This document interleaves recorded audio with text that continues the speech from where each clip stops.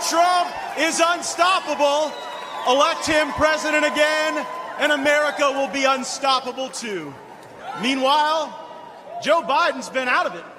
Democrats have been hiding the real Biden for years. We saw people in the witness protection program more often than we saw unscripted Biden. Under Biden-Harris, America has fallen sicker, lonelier, and poorer. Under Trump, we prospered, we were richer, inflation was low, and there were two genders. Under Biden-Harris, inflation has gotten so bad you can no longer bribe Democrat senators with cash alone. You have to use gold bars just so the bribes hold value. Oh, the swamp draining will recommence soon, and I will be President Trump's strongest ally in Congress to pass term limits, to stop taxpayer funding for political campaigns, to ban members of Congress for life from becoming lobbyists, and for the same reason you don't let the referee bet on the game, ban members of Congress from trading individual stocks. I am proud to stand before you, the only Republican in Congress who takes no lobbyist money, no PAC money. It's not good for me. I work for you, not them. President Trump, he'll never defund our police, but he will defund foreign aid to countries that hate us. And President Trump understands that if it isn't racist to check ID for a hunting license or welfare benefits or a fishing license, then it is okay to demand an ID to vote everywhere in this country in every election that's held.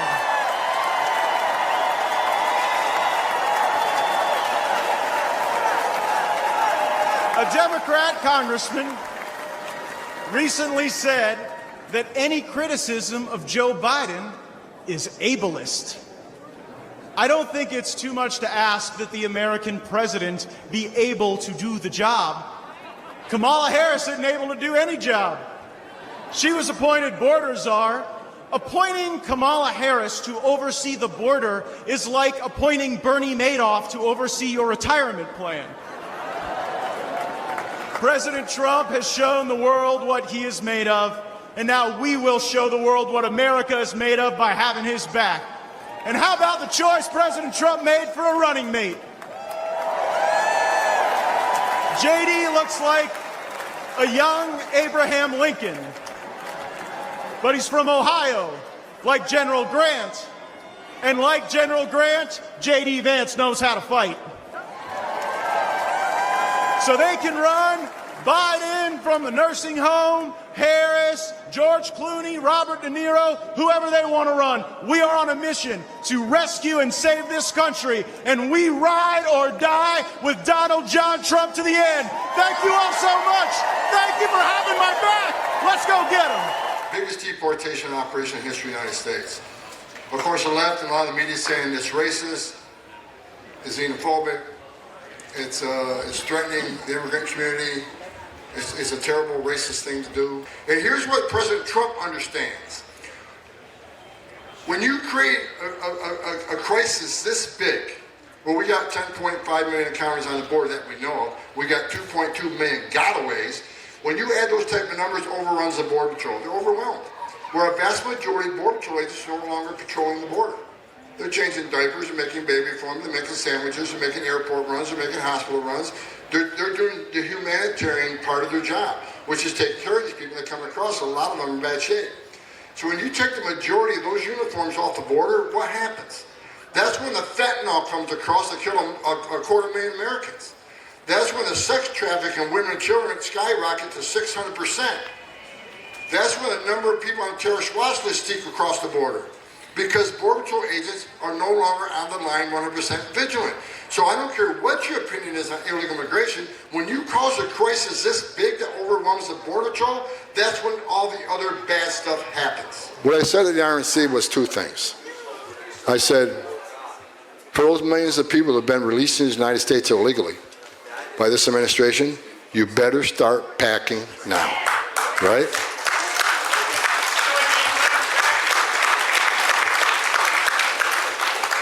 Second of all, I call it the criminal cartels in Mexico. I said this because I mean it, and President Trump means it. The criminal cartels of Mexico, who killed 250,000 Americans in this country, poisoned them with fentanyl, with the assistance of China. The criminal cartels of Mexico have killed more Americans than every terrorist organization in the world combined. That's why President Trump is going to designate them terrorist organizations and wipe them off the face of the earth.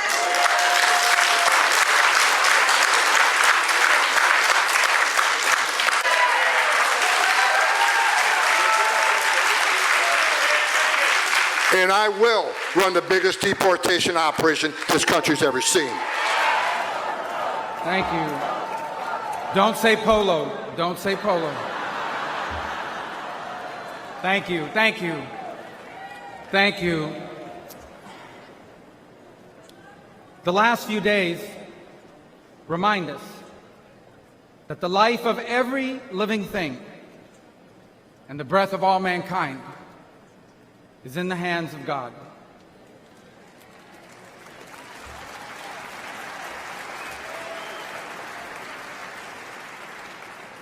We were brought to the precipice of the abyss, and by the hand of God, reminded of what truly matters in our lives and in our country. This thing we do called politics, it matters. It's not unimportant. But it is our people who must always matter the most in everything we do.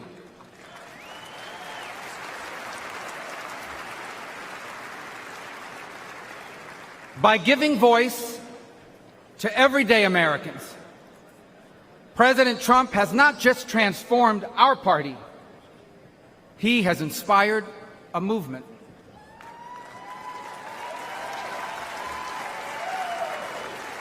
A movement of the people who grow our food and drive our trucks, the people who make our cars and build our homes, the people whose taxes fund our government, and whose children fight our wars. Americans like Corey Comparatori. He was a former fire chief and a loving husband. He was described as the best dad a girl could ever ask for. As a man of God who loved Jesus fiercely and looked after members of his church. Corey was one of the millions of everyday Americans who make our country great. He wasn't rich, he wasn't famous, and the only reason why we know his name and story now is because last Saturday he shielded his wife and daughter from an assassin's bullet and lost his life the way he lived it, a hero.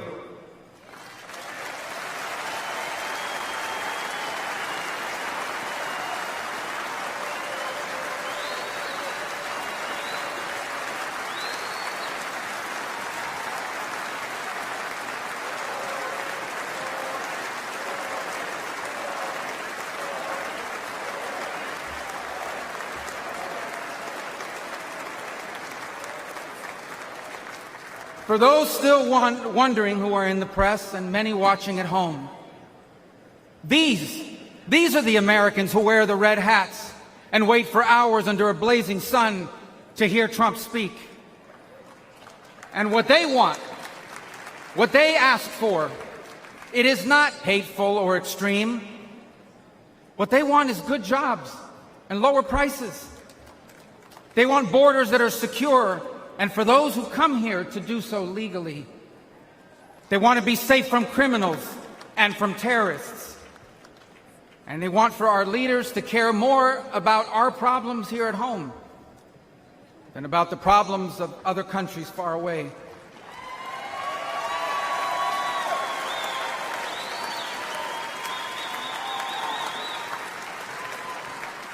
There is absolutely nothing dangerous or anything divisive about putting Americans first.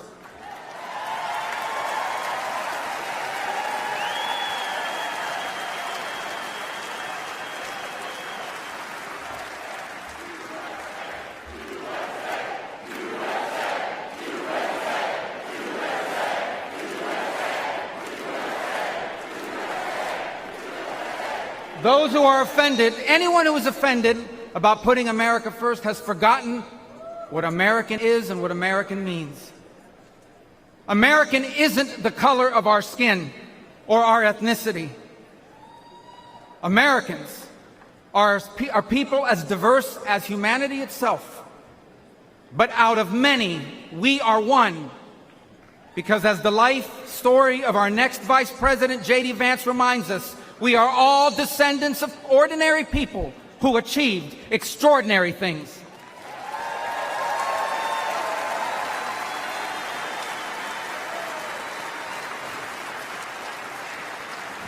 Who do we come from? We come from pioneers who ventured west to chase their dreams, and slaves who overcame bondage to claim their right to the promise of America. We come from exiles who fled tyranny in search of freedom, and of immigrants who left behind all they had and knew because they could not be or achieve God's purpose for their life in the nation of their birth. That is an American.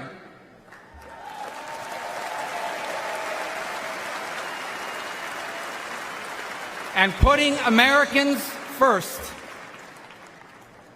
must be what this election is about. When President Trump was in the White House, Americans had more money and lower prices. Our borders were secure and our laws were enforced. Iran was broke, the Taliban stopped killing Americans, and Putin didn't invade anyone.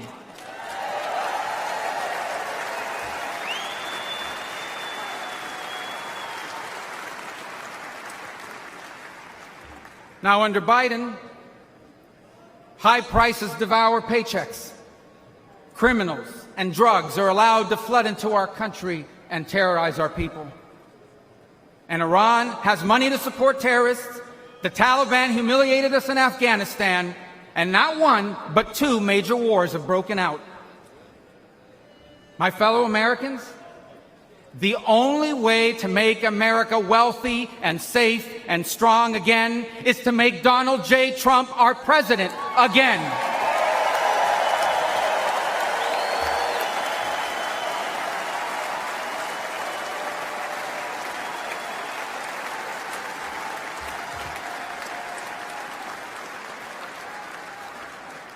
Our country has been injured by the bad decisions of weak leaders. But now, though bloodied by our wounds, we must stand up and we must fight. Fight not with violence or destruction, but with our voices and our votes. Fight not against each other, but for the hopes and dreams we share in common and make us one. And fight for an America where we are safe from those who seek to harm us on our streets and from abroad. And we will not be alone in this fight. For leading us in this fight will be a man who, although wounded and facing danger, he stood up and raised his fist and reminded us that our people and our country are always worth fighting for.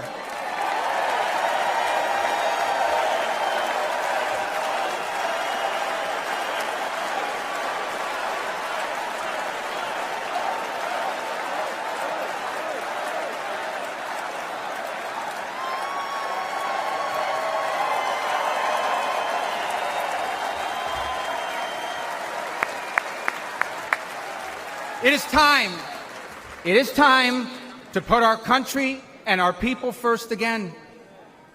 And if we do, together, we will make our people wealthy again. If we do, together, we will make our country safe again. Together, We will make Donald Trump our president again.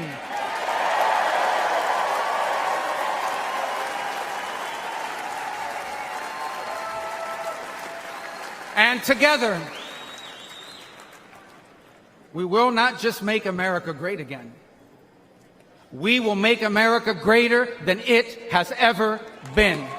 Thank you. God bless you. Join me as I say these words.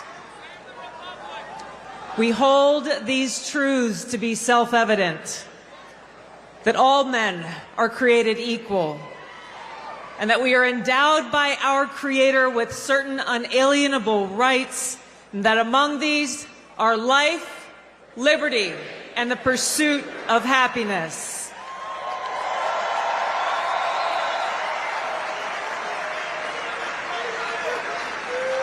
As we gather here today on this historic occasion, we stand together as proud Americans in understanding that these very rights are under attack. So we face this historic crossroads where our freedom and our future is in our hands. There's never been a more clear choice in any election in my life, and our ability to live in a truly peaceful and free and prosperous country is on the line. I love you too.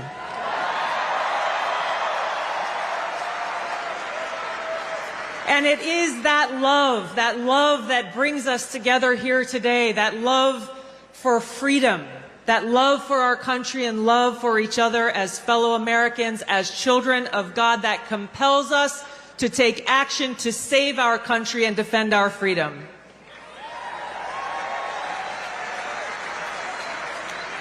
Now, this choice that we have before us is very personal to me. I'm a lieutenant colonel in the Army Reserve. I've served now for over 21 years.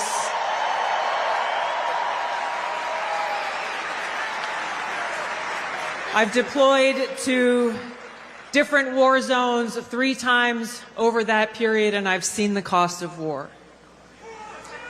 For my brothers and sisters who paid the ultimate price, I carry their memories and their sacrifice in my heart every day. So this choice that we have before us as Americans is critical. It's important to us. It's important to those of us who serve, who have volunteered to put our lives on the line for the safety, security, and freedom of our country and our people, and it's critical to all of us. Here is the choice that we have. A vote for Kamala Harris is a vote for Dick Cheney, and it's a vote for war, more war, likely World War III and nuclear war. A vote for Donald Trump is a vote for a man who wants to end wars, not start them, and who has demonstrated already that he has the courage and strength to stand up and fight for peace. A vote for Kamala Harris is a vote for open borders, where known violent criminals and Islamist terrorists are streaming across our borders, placing us at risk. A vote for Donald Trump is a vote for secure borders and safe communities, and a confidence that he will seek out those who seek to do us harm and get them out. A vote for Kamala Harris is a vote for economic hardship, high cost of living, poverty, and homelessness. And a vote for Donald Trump is a vote for economic prosperity and opportunity for every single one of us as Americans. A vote for Kamala Harris is a vote for censorship and a complete erosion of our fundamental and constitutional rights and freedoms. A vote for Donald Trump is a vote for someone who will defend freedom and every one of our God-given rights that are enshrined in the Constitution and Bill of Rights.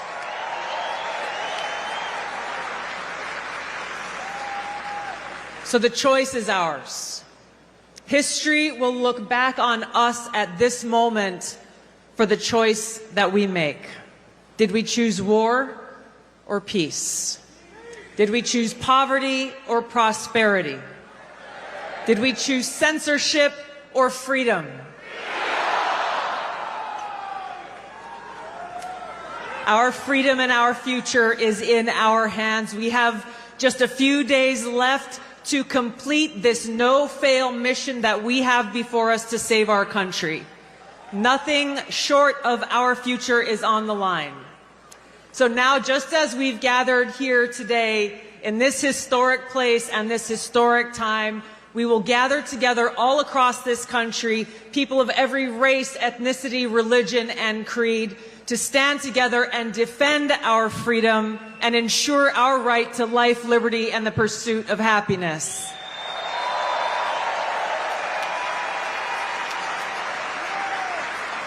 Now is the time for us to send Donald Trump back to the White House to be the 47th President of the United States, where we can stand together and make America great again. Thank you so much. Let's get it done. Aloha. It's good to be back in Milwaukee. This time last year, I was a candidate for U.S. President, and I'm proud to say that I achieved the impossible, which is that most of you actually know how to say my name by now. So thank you for that. It's good to be back. We're in the middle of a national identity crisis right now. Faith, patriotism, hard work, and family have disappeared, only to be replaced by race, gender, sexuality, and climate. But we're not going to win this election just by criticizing the other side. We're going to win this by standing for our own vision of who we really are. What does it mean to be a Republican in the year 2024? What does it mean to be an American in the year 2024? It means we believe in the ideals of 1776. It means we believe in merit, that you get ahead in this country not on the color of your skin, but on the content of your character and your contributions. It means we believe in the rule of law. And I say this as the kid of legal immigrants to this country. That means your first act of entering this country cannot break the law. That is why we will seal the southern border on day one. Thank you. It means the people who we elect to run the government ought to be the ones who actually run the government, not unelected bureaucrats in the deep state. These are not black ideas or white ideas. They are not even Democrat ideas or Republican ideas. They are American ideas that we fought a revolution to secure. And the man who will revive these ideals in the United States of America is your next president, the 47th President of the United States, Donald J. Trump.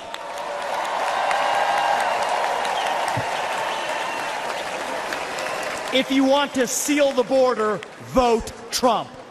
If you want to restore law and order in this country, vote Trump. If you want to reignite the economy in this country, vote Trump. If you want to revive national pride in this country, vote Trump.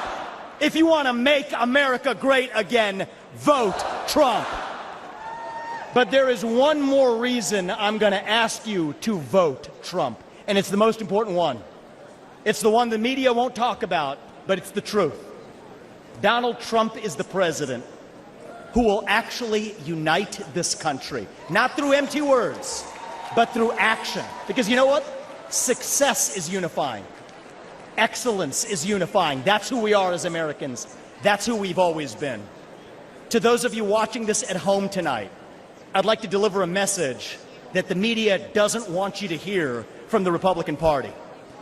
Our message to black Americans is this. The media has tried to convince you for decades that Republicans don't care about your communities, but we do. We want for you what we want for every American. Safe neighborhoods, clean streets, good jobs, a better life for your children, and a justice system that treats everyone equally, regardless of your skin color and regardless of your political beliefs.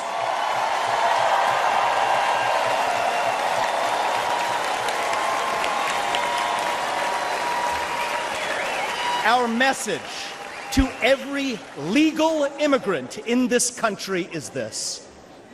You're like my parents.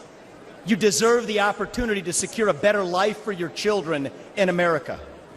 But our message to illegal immigrants is also this: we will return you to your country of origin, not because you're all bad people, but because you broke the law.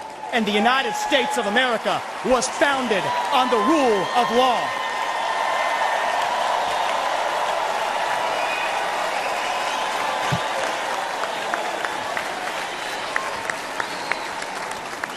Our message to millennials, seen as one myself: yes, it's true. Our government sold us a false bill of goods with the Iraq War and the 2008 financial crisis, loading up our national debt that falls on our generation's shoulders, telling us that if we took out college loans, we'd somehow get a head start on the American dream, when it hasn't worked out that way. But we can't just be cynical about our country, because the United States of America is still the last best hope that we have, and we deserve a better class of politician, one who actually tells us the truth, even if it comes with some mean tweets from time to time.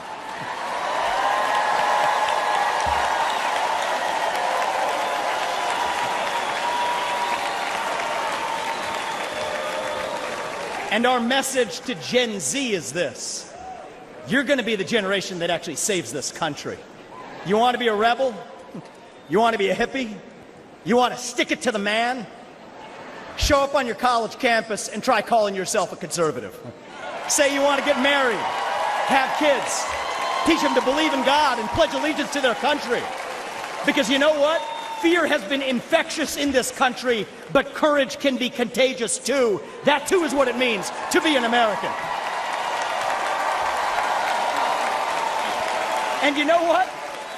If you're at home and you disagree with everything I just said, our message to you is this: we will still defend to the death your right to say it, because that is who we are as Americans. We are the country where we can disagree like hell and still get together at the dinner table at the end of it.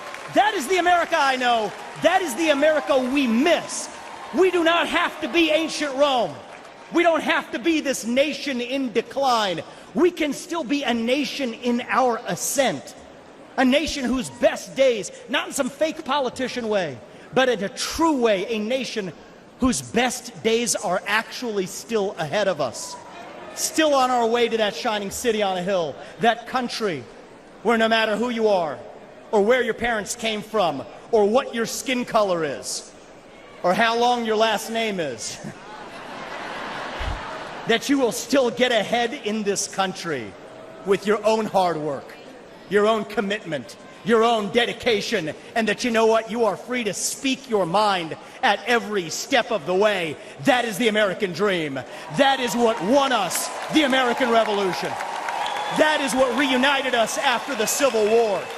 That is what won us 2 world wars and the Cold War. That is what still gives hope to the free world. And if we can revive that dream over group identity and victimhood and grievance, then nobody in the world, not a nation, not a corporation, not a virus, not China, is going to defeat us. That is what American exceptionalism is all about. And that is what we will revive this November when we send Donald J. Trump back to the White House. Thank you all. God bless you and your families. And may God bless our United States of America. Thank you. Thank you. A lot of people ask me why I left the Democratic Party.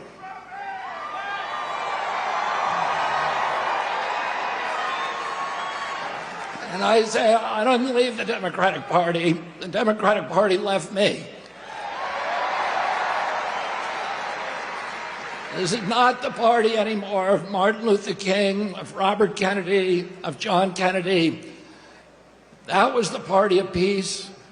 It was the party of constitutional rights, of civil rights, of freedom of speech.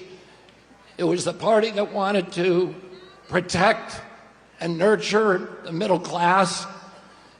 It was the party that stood up to censorship, to surveillance, that stood up to the CIA, to the military complex, military-industrial complex.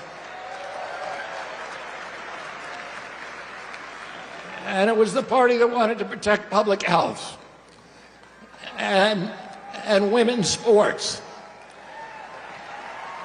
My uncle, Ted Kennedy, wrote Title IX, which protected women's sports in college.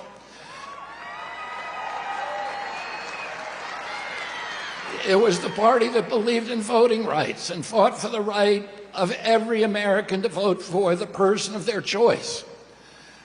Today's Democratic Party is the party of war.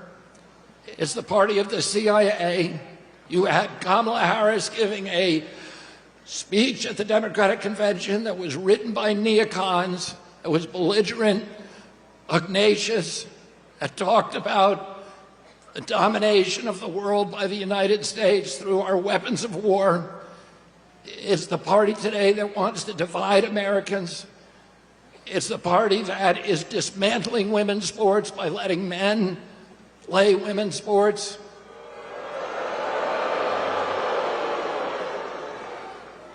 It's the party of Wall Street. It's the party of Bill Gaetz, who just gave $50 million to Kamala Harris. It's the party, and the Harris campaign is very proud that it received the endorsement of 50 former CIA agents and officers, and of John Bolton, and of Dick Cheney. These are the people that gave us the war in Iraq, the worst foreign policy catastrophe that's ever happened to this country. These are the people that gave us the Patriot Act, that launched the surveillance state. These are the people that are trying to undermine voting rights in this country by weaponizing the federal agencies against political candidates, including me and Donald Trump and all other political candidates that can't win an election. And instead of bringing in a candidate who wins the primaries, abolish the primaries, and then pick two candidates, anointed them without receiving votes. We don't even know how Kamala Harris received the nomination.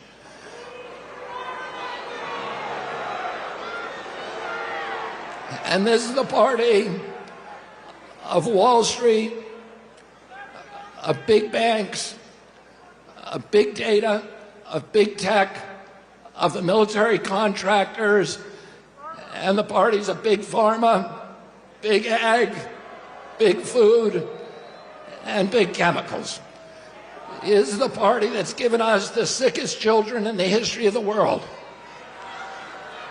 When my uncle was president, 6% of Americans had chronic disease, and we spent zero on chronic disease in this country. Today, 60% of Americans have chronic disease. This is existential for our country. We're spending $4.3 trillion a year, 5 times our military budget. 77% of American boys cannot qualify for military service because of chronic disease diagnoses. This is existential for our country. President Trump called me 3 hours after his shooting. And he said, would I come and sit down with them? And he said to me during that meeting, he said, there are some things that we can agree on and some we disagree on, but the landscapes on which we agree are so much larger. He said, I want to end the wars.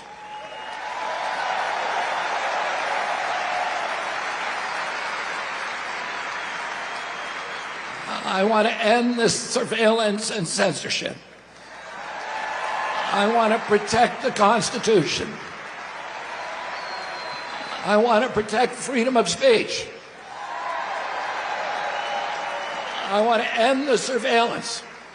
I want to end the weaponization of government against American politicians. And I want to end the chronic disease epidemic. Now,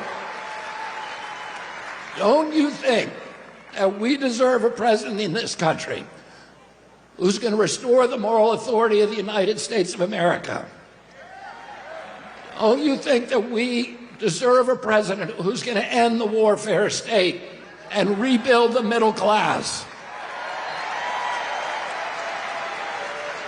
Don't you want a president who's going to put America first?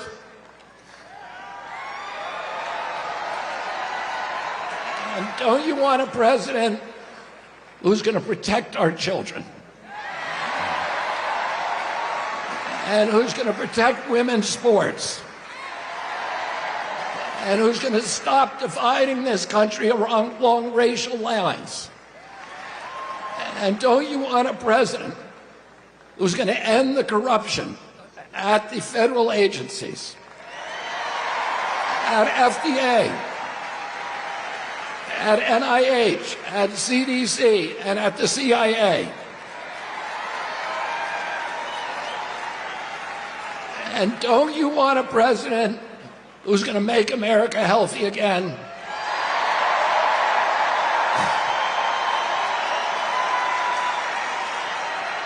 And don't you want a president who's going to make America great again? And we need to go to the polls on November 5th and vote for Donald Trump. God bless you and God bless America. And I want to thank my colleagues who placed their faith in me to serve as leader, and to those who were supporting another candidate. I promise to be a leader who serves the entire Republican conference. We'll have an ambitious agenda, and we'll take each and every Republican working together to be successful. With that, I want to turn things over to Senator John Barrasso, the newly elected Republican whip. Thank you. On election night, America saw the remaking of the Republican Party for the better. This election was about the answering to the question of, are you better off now than you were 4 years ago? And the American people said no. Only 1 in 4 Americans thought that the country was heading in the right direction. And you've seen the Republican Party grow in terms of hardworking middle-class families, in terms of minorities, in terms of young people, in terms of families struggling to get by. In the last 3 weeks before the election, I was all over the country with President Trump, with J.D. Vance, as well as a number of our Senate candidates. One of the stories that stuck with me was a woman in Michigan who talked about the fact that she was embarrassed to let her husband know that she had to go to the local food bank in order to get by. Republicans listened to those stories. Democrats were focused on President Trump. Republicans were focused on the needs of the American people, people who wanted to get prices down, wanted to secure the border, wanted us to unleash American energy, people who wanted to make America look and be strong once again around the world. That's what the Republicans listened to, that's what we're responding to, and we are now working together to make sure we can put America back on track. The newly elected Republican Conference Chair is the Senator from Arkansas, Senator Tom Cotton. Thank you, Senator Thune. I'm looking forward to working with Senator Thune and the rest of this leadership team. I'm very grateful for the confidence that my peers placed in me. We all remember what it was like when President Trump was in office and we had Republicans in charge of the Senate. We had low prices, we had high wages, we had a secure border, we had a strong military, we had a peaceful, stable world. Starting on January 3rd, that's what we'll all be working to build again with President Trump, with Mike Johnson, and the rest of the House Republicans on behalf of the American people. Thank you all. Thanks, Tom. The newly elected Republican Policy Chair is the Senator from West Virginia, Senator Shelley Moore Capito. Thank you, and congratulations to our new leader, John Thune. He will be a strong voice, as he has been in the past, as the whip, and I look forward to serving with him and with all of our leadership team. I want to thank the others that ran. We had a really strong, healthy discussion, and we've all come out united and friends. And one of the people that was in our discussion is one of the people that is going to, although he didn't say anything, his presence was very much felt, and that is the Vice President-elect, J.D. Vance. I think the fact that he not only was a voting member of our conference, but also in there with us every step of the way to make sure that the direction that we're going to go as a united conference, and with me leading the policy issues and all of us working together, that we're going to have a united voice. And I'll say one thing about the election. I've said this on all my local stations. What I think the biggest issue was, and there are big ones, border and national security and others, it is literally the American family, the mom and the dad, the grandmother, whoever it is, going to the grocery store. We do it all the time, every week, and we could see, all of us could see, the escalating costs of something so very basic to us, just the cost of food, and hearing from the Vice President in her campaign, the economy's doing great, don't worry. And so we hear those voices, we hear them loud and clear, and those are the voices that we're going to respond to along with President Trump through the next several years. Thanks, Shelley. The newly elected Senate Republican Conference Vice Chair is the Senator from Oklahoma, Senator James Lankford. Hey, congratulations to John Thune. We're looking forward to his great leadership there. Republicans were asked a very simple thing. Can you get us back on track? Over 70% of the country right now believes the country is on the wrong track. Our task is going to be very, very simple: to defend our values, to be able to strengthen us as a nation, and to be able to bring prosperity to people that are really struggling right now.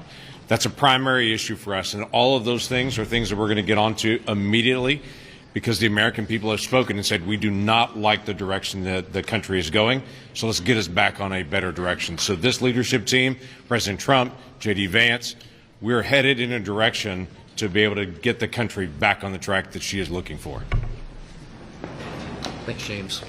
And the newly elected chairman of the Senate National Republican Senatorial Committee Chair is the senator from South Carolina, and he is already planning on expanding our majority in 2026. So, Senator Tim Scott. Hey, brother.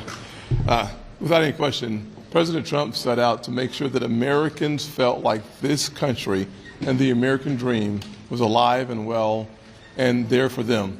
From the border to fixing the economy to solving the issue of crime and restoring confidence on the global stage, President Trump has been very clear on his agenda.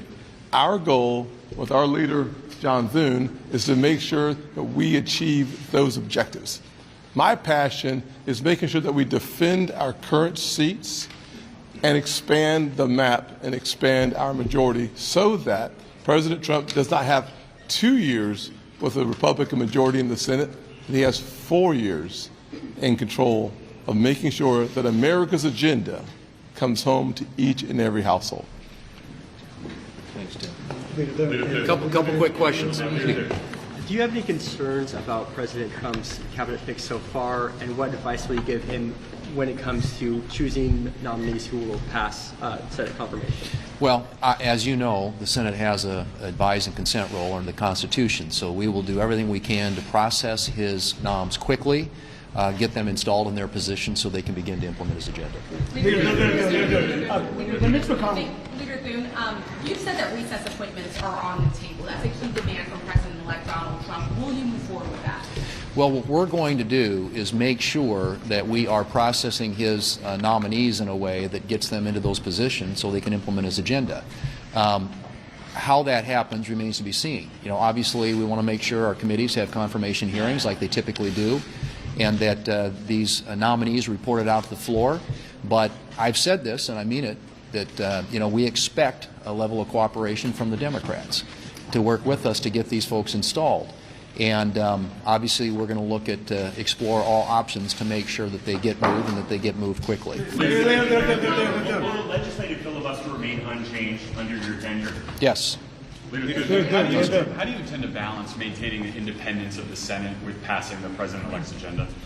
Well, I mean, the Senate, as you know, is by the founders' design, a place where the minority has a voice in our process. And we will do the job that the founders intended us to do in the United States Senate and that the American people intend us to do. And that, right now, after this mandate election coming out of the American people, is to work with this president on an agenda that unwinds a lot of the damage of the Biden-Harris-Schumer agenda and puts in place new policies that will move our country forward in a different direction.